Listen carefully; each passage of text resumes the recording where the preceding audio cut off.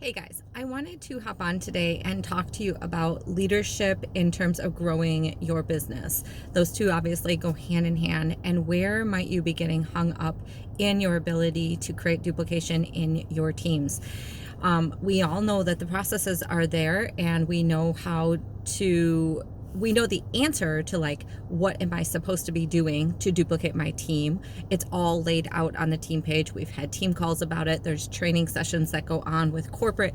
So seeing the process available to you to have the knowledge and the know-how of how it works is definitely available for everyone. So then the question becomes, why isn't it working on my team if you're somebody who has a lot of people signed and nobody doing anything? Then it becomes a matter of checking the mirror, right? Looking at ourselves and saying, what's going on here?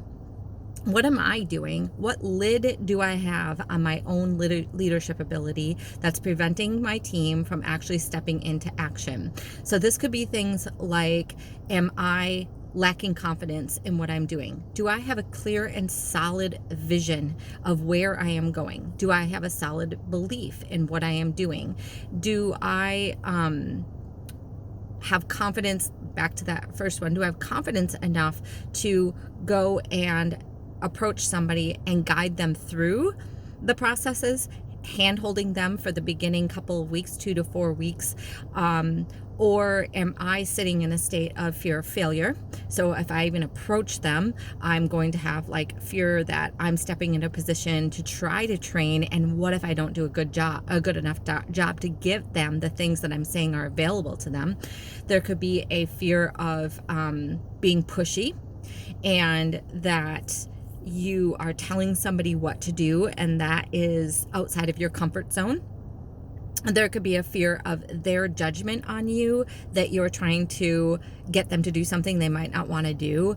It's a fear of their judgment on you, that you're trying to get them to do something so that you can make money. Like, these are all definite psychological things that can be going on in your mind that put a hesitation in your step of leading your team. So this can happen in the very beginning stages where you don't even show them the process, or yeah, you don't show them the process at all to begin with. And then when you get enough courage to show them the process, it's more or less a, you should, what would you think about sharing? Would you be okay with sharing?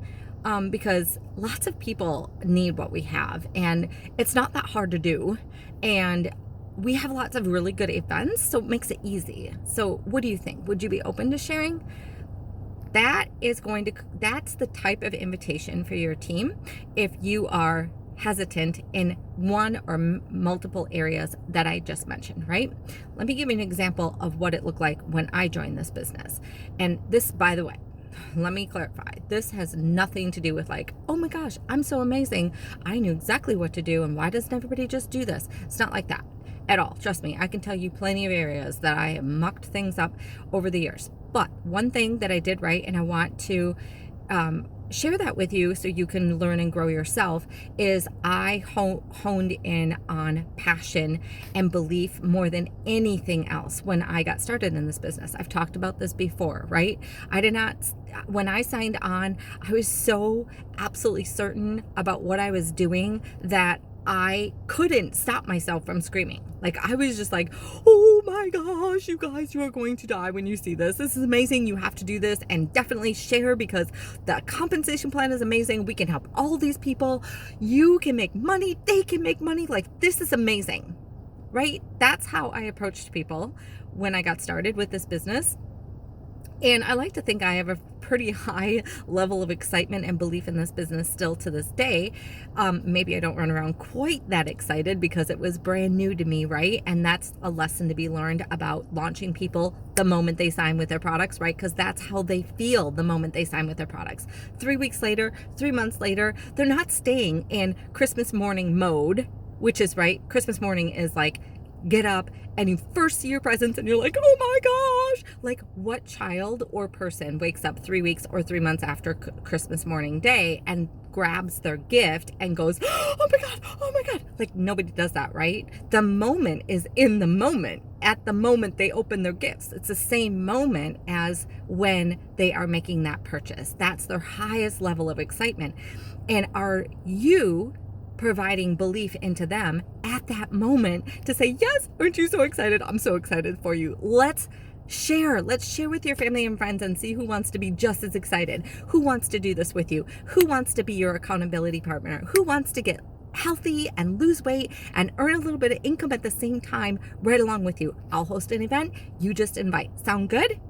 Like, look at that invitation as compared to, you know, you've been on the products for a while and things are going good, and sharing is just going to help other people. And like, you can earn a little referral bonus and it's nice for you to get your products paid for.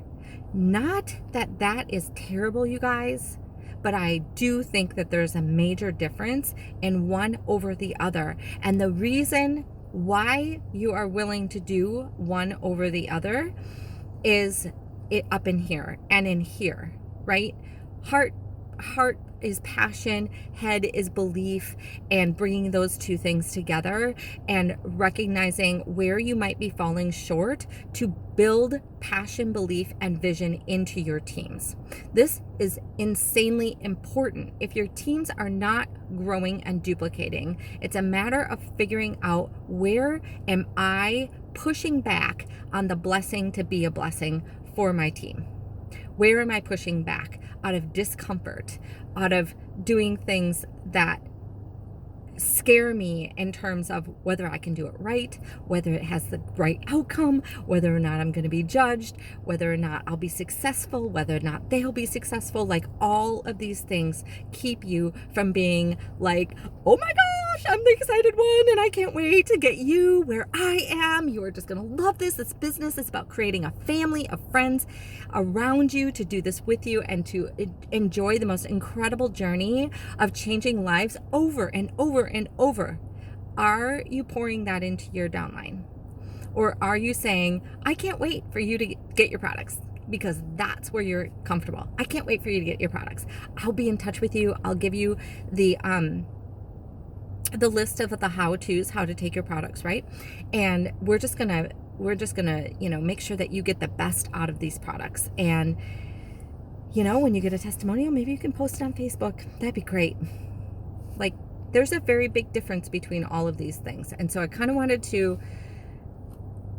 bring that up to you guys. I've got some plans where I think we need to do a bit of a book study, but I'll talk to you guys about that in the chat group. For now, I just want you to take an assessment of yourself. Next up, by the way, is once you've taken that assessment, then recognize that another place that you can be stumbling is your dedication to your team. So this can come out in a couple of ways. If you're a gold or above, you've got plenty of people on your team that you can be hosting team calls, for instance, all by yourself with your team, training them on product, training them on processes, opening their vision to what they can do to help other people, opening their vision to be involved in events, to have their own events. You can and should be doing that for your teams. But another area is, like, if you give your team, if you open the door and somebody says, yes, I will share, and you throw the process at them and say, okay, here, make a list of 100 people, and then here's an invite, and send them all the invites to the event this Thursday. And then you do that on a Sunday, and Thursday is the event, and you never talk to your downline again between Sunday and Thursday. And you find yourself going on Thursday night, if you had to ask yourself, well, I wonder how they did, you have no idea. That is definitely not advisable. You're going to want to be checking in. You're going to want to give deadlines, goals. Sorry, you guys. check-ins to see how the messages are going. Encouragement. Definitely, let's get you silver this week. I'm excited. The more people you invite, the better chance you have of getting some yeses, going for silver, gaining your incentive, whatever it is, giving that encouragement. But just throwing the process at people, that also is most likely a sign of fear. Like, you don't want to check in because they might say, no, I didn't send any messages, or, oh, I don't know if I have time for this week, or you don't want to hear the negative potential of what's there. But what you're missing is the opportunity to get them re-engaged, to encourage them, to remind them of why it's important to share, and all of the things. So I wanted to share that with you guys. And once you listen to this video, please feel free to drop questions or comments, or maybe I didn't touch on something here that but you're being triggered by what I'm saying on some other subject matter and you want to talk about that subject, drop that into the chat box. I'm happy to discuss something other than what I just laid out here.